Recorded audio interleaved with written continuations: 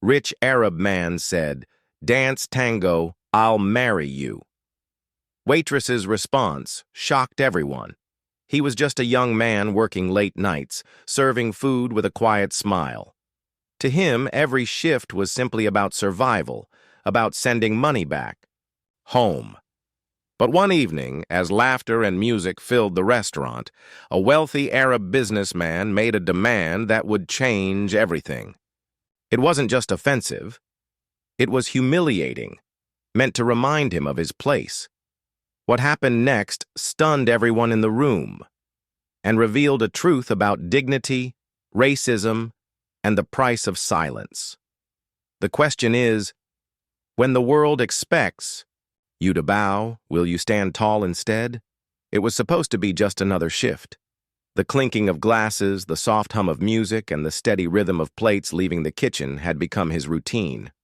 For Ahmed, a young immigrant working as a waiter in a high-end restaurant, each night was about endurance, long hours, aching feet, and the quiet hope of tips generous enough to cover rent and send a little back to his family overseas.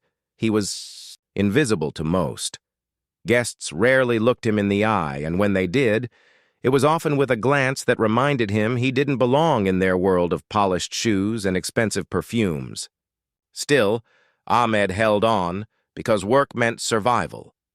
But beneath the glimmering chandeliers and polite laughter, something darker lingered. He had seen the way some wealthy men treated staff like props, and he had heard the whispers of humiliation others had endured. He thought he was strong enough to endure it too. That night, however, a single request would force him to choose between silence and dignity, and his decision would leave the entire room in shock. The restaurant was alive that night, golden chandeliers casting warm light, laughter echoing across marble floors, glasses clinking in celebration. For most, it was an evening of indulgence. For Ahmed, it was work. He moved quickly, balancing trays, weaving between tables, his face calm even as exhaustion pressed against his body. Then came the table. A group of wealthy businessmen, their watches glimmering, their voices loud enough to drown out the music. Ahmed had served them before. He knew their arrogance, their way of snapping fingers as if summoning a servant, the way their eyes passed over him like he was an object rather than a man. Tonight they seemed restless, eager to be entertained. When Ahmed approached, one of the men, the wealthiest of them all, leaned back in his chair with a smirk. He gestured toward the space near the table and, with a voice that carried through the room, made his demand, "Dance for us." Not just any dance, tango. A performance, as if Ahmed's dignity was theirs to purchase for the night. And then the insult that disguised itself as generosity. "Do it well, and maybe I'll marry you off. Lift you out of this life." The laughter that followed was sharp, cruel, and heavy. Heads turned. Other diners glanced at the scene, some pretending not to notice, others whispering behind their napkins. The request wasn't a joke. It was a test of obedience, of how much humiliation a man of his background would endure in exchange for scraps of respect. Ahmed froze, his tray still balanced in his hand. His heart pounded, not from fear alone, but from anger. The air felt thick. Every second of silence stretched longer, and he could feel dozens of eyes pressing against his skin. Some expected him to give in, to dance for their amusement. Others waited to see if he would dare resist. Inside him, memories of every slight, every slur, every reminder of his place rushed forward. He thought of his family back home, of the sacrifices they made for him to be here. He thought of the nights. He swallowed his pride just to survive. But this was different. This was not just about him. This was about what it meant to be seen, or not seen, as human.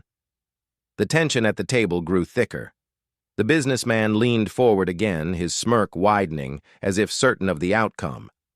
Around the room, the laughter faded into silence, replaced by anticipation. Everyone waited for Ahmed's response. Would he bend? Would he dance and confirm every cruel assumption they held about him? Or would he risk everything, his job, his livelihood, by refusing to play along?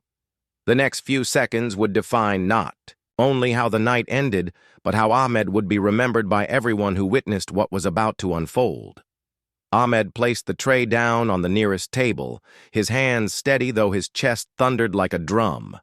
Every eye in the restaurant was on him now, the businessmen smirking, the guests whispering, the waitstaff frozen in place. The wealthy man leaned back, confident, certain of his power. To him, this was entertainment. To Ahmed, it was humiliation laid bare. In that split second, Ahmed made his choice. He stood tall, his back straightening, his eyes fixed not on the floor as expected, but directly on the man who demanded his dance. The silence was suffocating. Then, with a calmness that cut sharper than anger, Ahmed refused. The laughter died, instantly. The businessman's smirk twisted into something darker. Offense, rage, disbelief that someone beneath him would dare to deny him. His voice rose, sharp enough to echo across the chandeliers. He mocked Ahmed, questioned his worth, his background, his right to even stand in this room. The words weren't just insults, they were daggers meant to strip him of dignity in front of everyone. And yet, Ahmed didn't move. He didn't bow. His refusal was louder than any outburst, more defiant than any shouted protest. For the first time, those watching weren't laughing. Some looked away in shame, others watched in awe. The businessman slammed his fist against the table, his wealth and arrogance colliding with a truth he couldn't buy. Dignity is not for sale. Security was called. Whispers rippled through the crowd. Ahmed knew he might lose his job, that his future could be shattered with this single act of resistance. But as he stood there, unshaken, it became clear. This was no longer about a dance. This was about something far greater, and in that moment, silence itself became his victory. The restaurant eventually moved on. The businessman, red with anger, left in a storm of insults, dragging his entourage behind him. The laughter never returned that night. Guests finished their meals in uneasy silence, some unable to meet Ahmed's eyes, others nodding with quiet respect. By the end of the shift, Ahmed no longer had a job, but what he still had, what no one could strip from him, was his dignity. Walking out of those doors, he knew the cost. Rent would be harder to pay.